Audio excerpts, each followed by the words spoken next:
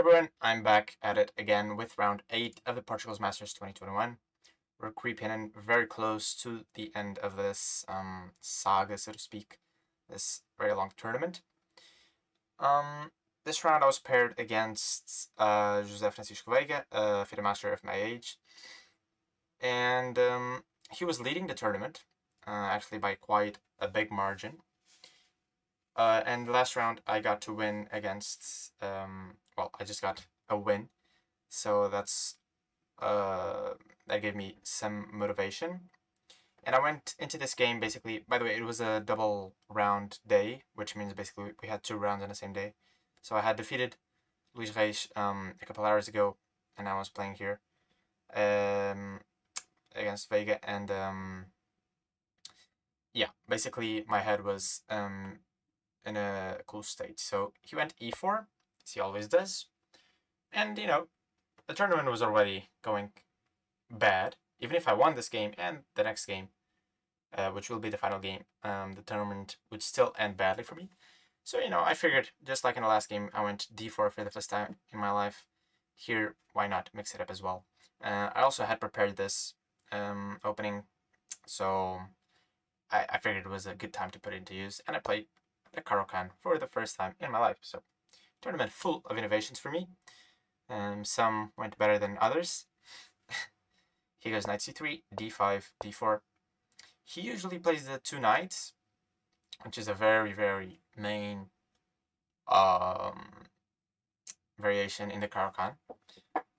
He probably thought I had prepared something, I assume, because he mixed it up. He plays d4, which he doesn't usually do. I traded on e4 and knight f6. This is all main theory. And here he mixes it up again with knight g3, a very, very, very, very unpopular sideline. I played h5, which is the theoretical and the best move. The problem for white is that this knight is very misplaced, actually. I just want to go h4, and it's going to have to return to e2. So that's why white usually plays h4. And here there's 2 moves. There's bishop g4, which should be around equal. And there is c5, which is more forceful, and also around equal. By the way, I should say that I learned, a gigantic amount of theory and the Caro-Kann in general from Erwin Lamy's course in Chessable. So chessable.com. This is sort of free sponsorship. Chessable.com is a great site for courses and opening courses and etc. All right, enough rambling. So he took on c5, and I traded queens and went e6. So this pawn is under fire. If white wants to prove anything, he has to defend it, so he goes b4. I go e5, trying to dismantle the structure. He goes c3. I bet a lot of you were thinking about playing a3, but I can just take, and there's a pin here. So don't hang your rooks, folks. He goes c3, and here I played b6, which is dubious for a very concrete reason. But it is an interesting move. Now better was just knight c6. And funny enough, black can actually just play very calmly here, even though he's a pawn down. He just plays for the compensation, for the activity. And there's actually absolutely nothing going on. Knight f3, knight takes b4, and the game's completely equal. Actually, I think black can start to think about some prospects with this pawn being so weak. I went b6, and he went c takes b6. Bishop b5 check was supposedly a little bit more accurate after bishop d7 trades. C takes b6, a b4, b7, and now there's some precise moves, rook a4. But white eventually manages to get a slightly better position, slightly superior position. He goes c takes b6, which is more natural. I went a b4, c b4, and here a very unintuitive and instructive mistake. Bishop takes b4 is a mistake for, again, a very specific reason. The best move was knight d7, And the computer just says, just chill, you're a pawn down, sure. Oh, actually, 2 pawns, yeah, 2 pawns down, but you have great activity. So after something like bishop b5, bishop b7, knight f3, bishop takes b4 now, makes a world of difference. And black's doing great here, even though he's a pawn down. Computer says black is just doing great. That means equality, not like black's better.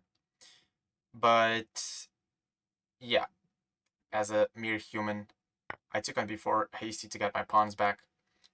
And I couldn't really see or find a refutation for this after rook b1. The whole point is knight d5, and this knight is beautifully placed here. It can't be dislodged. Now he goes knight e4, which doesn't take advantage of the mistake. The brilliant move here is basically e3. So he walks right into this fork because after takes a b4. This knight, this knight on b1 is trapped actually. If I give a check, the king can just catch the knight in conjunction with the bishop. So I went bishop b7. Sorry, I didn't go bishop b7. This could have happened. King takes b1, castles, bishop e3. And the variation goes on, but white is definitely better. Anyways, he played knight e4. And I took on e2, which is a good move. Quite a precise move. After bishop c4, I have to go rook a5, so that if he takes my knight, I take with the rook with check. Otherwise, the bishop would fall. Because rook h3. And here, I think he started to run a little bit out of ideas, basically. Rook h3. I played bishop a6. Because I want to, trade some pieces and liquidate the game a little bit. And this pawn could be weak in the long run, or in the short run. And he took on d5, which looks very ugly for white, I must say, because after rook takes with check, bishop d2, black just has the bishop pair here. He's more developed. And what does white have for it, right? This pawn is not going anywhere. And here bishop b7 was a good move, preserving the bishop pair. I believe I've talked about this probably a billion times. Bishop pairs are very good operating in open positions because they can see the whole board. And two bishops are work very, very well. So he went knight c3 here. At least I thought rook c3 made some sense since he just played rook h3. But knight c3 was also not the best move. Rook d7, king e1, castles. Black's play just really flows here. There's not too much to think about. Knight c6, knight f3, knight c6, and bishop f4. And white is actually lost after knight b4. The threat is very funny. Knight c2 is a threat of checkmate because you see the king is just caught. So he had to play knight d2. And after knight d3 check, he had to give the rook away for the knight. So I'm going to exchange up here. And now the game is really a matter of conversion. So I went bishop d6 and then rook c8. Knight e4, I went back, bishop f4. Sort of played around a little bit. And here came just a mistake that I can explain, but it doesn't make too much sense. Basically, bishop a6 is the move here. And after bishop c7, just bishop b7. And generally, what I didn't see is that I can just play around this passed pawn. And I don't really have to take it. I can just play around it. And the two rooks with the bishops are sufficient to win the game. So I don't take it. I just blockade this forever. And there's nothing I can do. But I played rook b7, which even though objectively should be equal to bishop a6, it's not a practical move, and it just doesn't make sense conceptually, because after bishop c7, which I knew would happen, my rook is trapped now, is trapped on b7, but I thought after bishop a6, the threat here is to take on c7 and then take on b3. The point of this move is to prevent queening after he takes. So after knight b5, I'm not sure what I missed here, but I did miss something. And yeah, at this point, I had to make some precise decisions. f5 was the first one. I don't think I saw this. Knight d6 is a blunder because I can just take, and after knight takes, there is this nice tactic of taking here and then taking through, and it's winning. So if he can't go here, he also can't go here. And yeah, he would have to go somewhere else, but then just bishop c5 and the pawn is caught. But I put bishop takes b5. Yeah, I just guess I wasn't feeling it in this game. Just didn't play very well at this stage at all. G3, and here I just went rook takes c7. There's really nothing. There's really not much I can do here. I try to play around the pawn now with this rook cut off. I don't think I'm really getting anywhere. There's just a variation I put here to showcase that, and then the bishop just returns, and I think this is just a draw. So I played rook c takes c7, and after takes, I took the pawn. And I thought, okay, maybe I can, try to play this a little bit. But it's really not. There's really nothing to bite at here.